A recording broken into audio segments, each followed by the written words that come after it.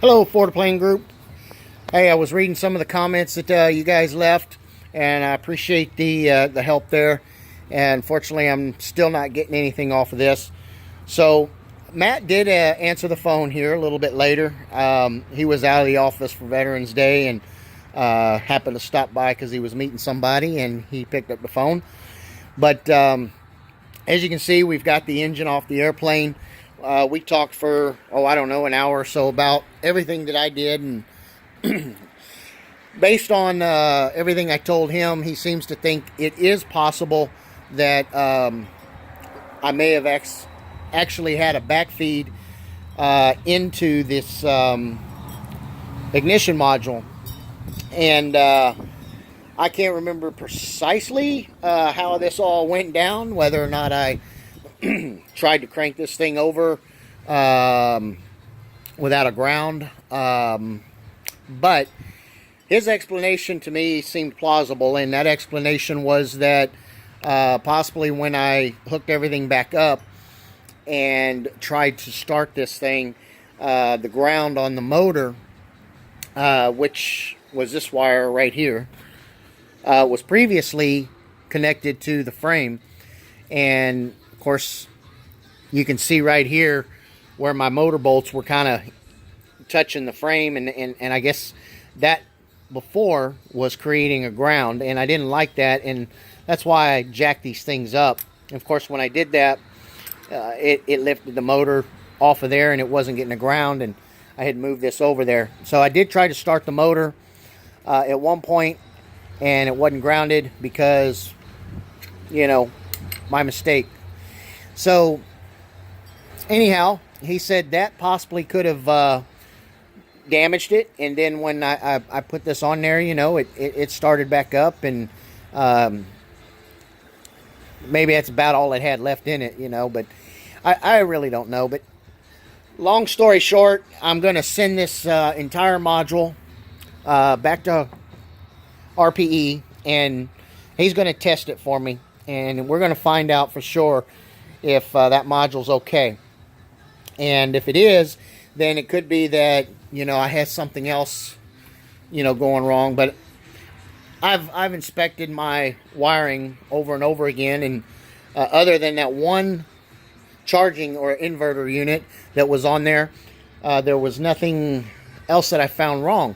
I didn't find any wires that were burned. Of course, these just go to the probes and the exhaust.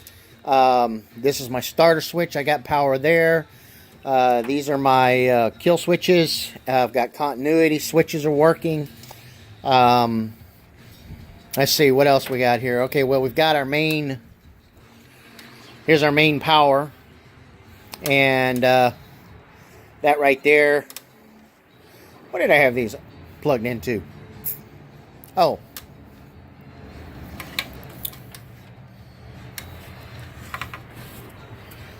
This. All right. Don't give me the line here. All right, I can't remember. I'm definitely going to be using the schematic to put this thing back together. But anyway, before we took it apart, we tried it again, and they said we just weren't getting anything off of it. So that's what I'm going to do, is I'm going to go ahead and send this back to Hearth, and they're going to check it for me. And for as little as it costs to have them checked out, it's cheap insurance. If there's something wrong, he'll be able to take care of it. If not, then he'll just send them back to me. He did mention that it's highly irregular, but sometimes the wires in the stator, could have gotten blown. He said usually it's not very likely because it will be the ignition first, but he has seen it happen. So we're going to be on hold here, just diagnosing some things. I can tell you what, if I have to replace those things, we're definitely going to be a lot more careful about how we do this. So new rule of thumb is if your mag switches are not on, don't try to start the engine.